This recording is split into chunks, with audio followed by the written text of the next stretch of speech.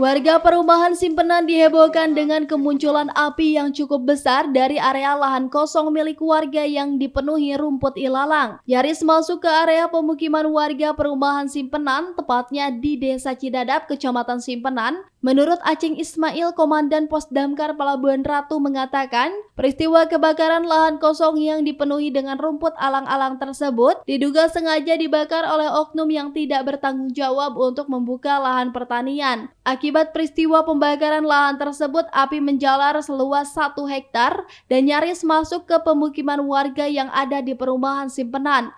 Menindaklanjuti adanya laporan dari warga tersebut, api berhasil dipadamkan usai petugas damkar unit Pelabuhan Ratu menerjunkan 2 unit mobil damkar untuk memadamkan api agar tidak masuk ke pemukiman warga. Beruntung tidak ada korban luka maupun jiwa dalam peristiwa kebakaran tersebut. Hanya lahan kosong milik warga seluas 1 hektar habis terbakar dilalap si jago merah.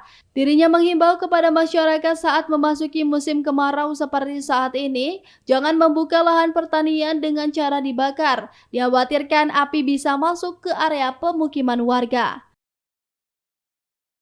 Saya ada terima laporan dari warga kampung Nanda, Perum, Bapak Deden. Saya tadi pukul jam 16.51, ternyata ada laporan alang-alang dekat pemukiman Perum Kampung Simpenan.